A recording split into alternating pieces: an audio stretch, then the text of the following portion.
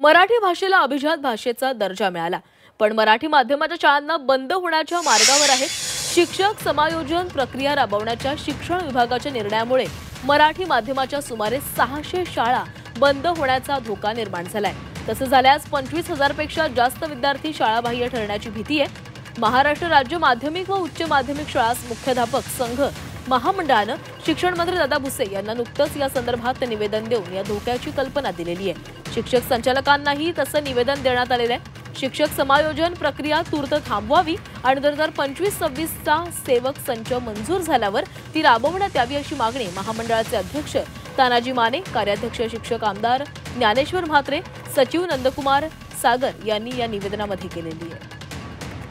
मराठी शाळा बंद करण्याचा आमचा उद्देश नाही. मराठी शाळा ह्या वाढल्या पाहिजेत, परंतु काही शाळेमध्ये पटसंख्या जी आहे, मुलं 5 शिक्षक 5 अशा ज्या ठिकाणची अवस्था आहे, त्या शाळा ह्या बंद करून दुसरीकडे मर्ज करण्यात येतात. म्हणून शाळेच्या संख्या जरी कमी दिसत असेल, परंतु मराठी शाळा बंद करणं हा त्याच्या मागचा हेतू नाही आहे. परंतु शासनाचं अनुदान घेणे किंवा शासनाच्या पैशावर लूटमार करणे हे काही लोकांचा जो धंदा आहे, त्याला आम्ही ब्रेक देतो.